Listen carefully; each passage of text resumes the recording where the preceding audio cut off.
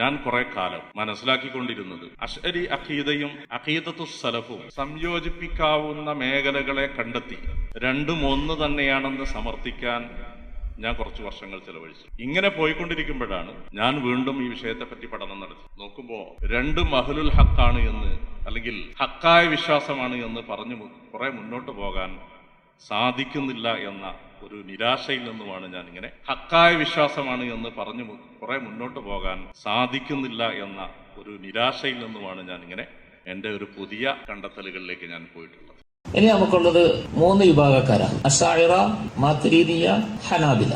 ഈ 3 കൂട്ടർ ആദ്യം മുതൽ ഇന്ന് വരെ ഇപ്പോഴും മുത്തലഖൻ അഹ്ലുസുന്നത്ത് വൽ ജമാഅ എന്ന് പറഞ്ഞ ഈ 3 കൂട്ടരാണ്. അഹ്ലുസുന്നത്ത് വൽ ജമാഅ എന്ന് പറഞ്ഞ ഈ 3 കൂട്ടരാണ്. നിലവിൽ അഹ്ലുസുന്നത്ത് വൽ ജമാഅത്ത് എന്ന് പറഞ്ഞ ഈ 3 വിഭാഗക്കാരാണ് ഉൾപ്പെടുന്നത്.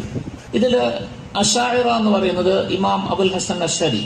അദ്ദേഹം അഹ്ലുസുന്നത്ത് വൽ ജമാഅത്തിന്റെ അഖീദയുടെ സംരക്ഷകനും കാവൽക്കാരനുമായി, പിന്നെ അതിന് തെളിവ് പറയാനും ആ കാര്യങ്ങൾ ചെയ്യാനുമെല്ലാമായിട്ട് അദ്ദേഹം തുടങ്ങി. അറബി പ്രദേശങ്ങൾ മുഴുവനും അശ്ശരി മദ്ഹബ് അനുസരിച്ച്, ആ അഖീദ അനുസരിച്ച് ആ സരണിയിൽ പോകുന്നവരായിട്ട് മാറി.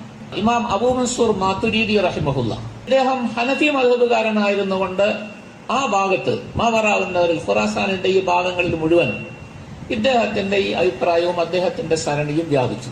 അങ്ങനെ അവിടെ മുഴുവൻ, പിന്നെ അത് അഫ്ഗാനിസ്ഥാനിലേക്ക് കടന്നു, അഫ്ഗാനിസ്ഥാൻ വഴിയായിട്ട് പിന്നെ ഹിന്ദുസ്ഥാനിലേക്ക് കടന്നു. ചുരുക്കത്തിൽ മുസ്ലിമീങ്ങൾ എണ്ണത്തിൽ ഏറ്റവും കൂടുതലുള്ള ഭാഗങ്ങൾ മുഴുവനും മാതുരീദിയ സരണി സ്വീകരിക്കുന്നവരായിട്ട് മാറി.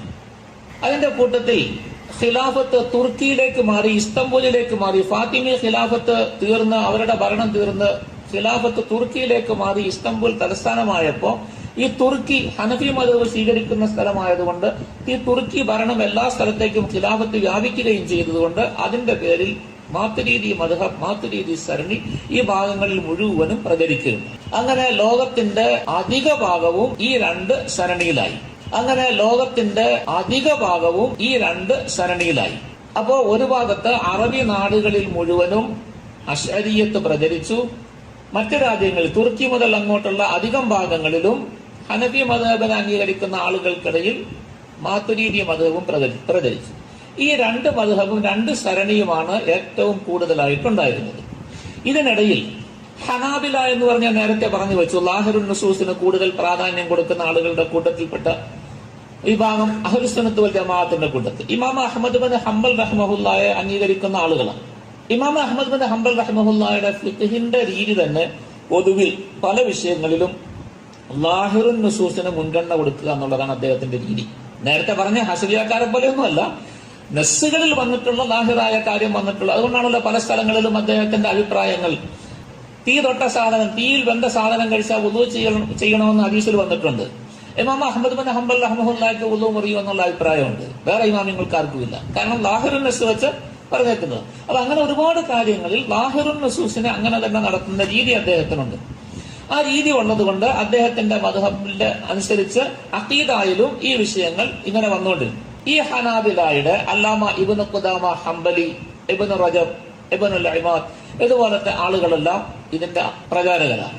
അങ്ങനെയാണ് ഹനാബില എന്ന് പറഞ്ഞൊരു സരണി നിലവിലുള്ളത്.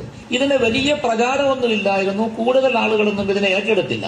Sheikh Muhammad bin Abdul Wahhab Najdi Saudi അറേബ്യയിൽ സൗദി ഭരണകൂടത്തോടു കൂടി ചേർന്ന് അവിടെ അദ്ദേഹത്തിന്റെ തഹ്രീക്ക് നടപ്പിലായി. അവസാനം ഭരണകൂടം സൗദിയിൽ വന്നപ്പോൾ, സൗദികൾക്കായപ്പോ ഈ സൗദി ഹുക്കൂമത്ത് ഇവർക്ക് എല്ലാ സൗകര്യങ്ങളും ചെയ്തു കൊടുത്തു. അതിന്റെ പിന്നിൽ ഈ Sheikh Muhammad bin Abdul Wahab നജ്ദിയുടെ അഭിപ്രായങ്ങൾ അത് ഇതിനോട് ചേർന്നുള്ളതാണ്. ഹംബലി മദ്ഹബുകാരനാണെന്ന് വാദിച്ച് അദ്ദേഹം ഹംബലി മദ്ഹബിനോട് ചേർന്ന് നിന്നയാളാണ്. അതുകൊണ്ട് ഹംബലി മദ്ഹബിന്റെ ഈ സരണി ഫിഖ്ഹിൽ വന്നതുപോലെ അഖീദയുടെ വിഷയത്തിലും ഈ ഹനാബില എന്ന് പറഞ്ഞുള്ള സരണി, അഖീദ ഹനാബില സരണി അഹ്ലുസുന്നത്ത് വൽ ജമാഅത്തിൽപ്പെട്ടതാണ്. ഇത് അറബ് നാടുകളിൽ അറബ് നാടുകൾ എന്ന് പറഞ്ഞ ഖലീജി ഗൾഫ് രാജ്യങ്ങളിൽ പ്രചരിച്ചു. അതാണ് ഹനാബില സരണി. അതിലാണ് അള്ളാഹുവിനെ കാണണമെങ്കിൽ ഹയ്യിസ് വേണം, അപ്പൊ ഹയ്യിസ് ഇല്ലാതെ പറ്റൂല, ജിഹത്തുണ്ട് എന്നൊക്കെ പറയുന്ന വാദങ്ങളൊക്കെ അതിൽ വരുന്നതാണ്. അഖീദയിൽ അഹ്ലുസുന്നത്ത് വൽ ജമാഅത്തിന്റെ നിലവിലുള്ള 3 സരണികൾ അശ്അരി, അശാഇറ, മാതുരീദിയ, ഹനാബില ഈ 3 കൂട്ടരാണ്. ഇസ്ലാമിന്റെ അധിക ഭാഗങ്ങളിലും ഈ 2 സരണിയാണുള്ളത്.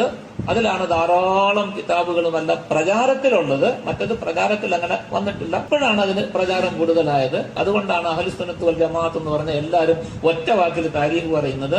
4 മദ്ഹബിനെ ഫിഖ്ഹിലും 2 മദ്ഹബിനെ വിശ്വാസപരമായിട്ടും അംഗീകരിക്കുന്നവർക്കാണ് അഹ്ലുസ് സുന്നത്ത് വൽ ജമാഅത്ത് എന്ന് ഒറ്റ വാക്കി പറയുന്നത്. ശരിയാണ്. പക്ഷെ അതിനകത്ത് ഇങ്ങനെ കുഴപ്പമൊന്നും ഉണ്ടാക്കാൻ ആരും നിൽക്കരുത്. അങ്ങനെ വരുമ്പോൾ അത് തിരിച്ചറിയാതെ ആകുന്നതിന്റെ പേരിലായി പ്രശ്നം വരുന്നത്.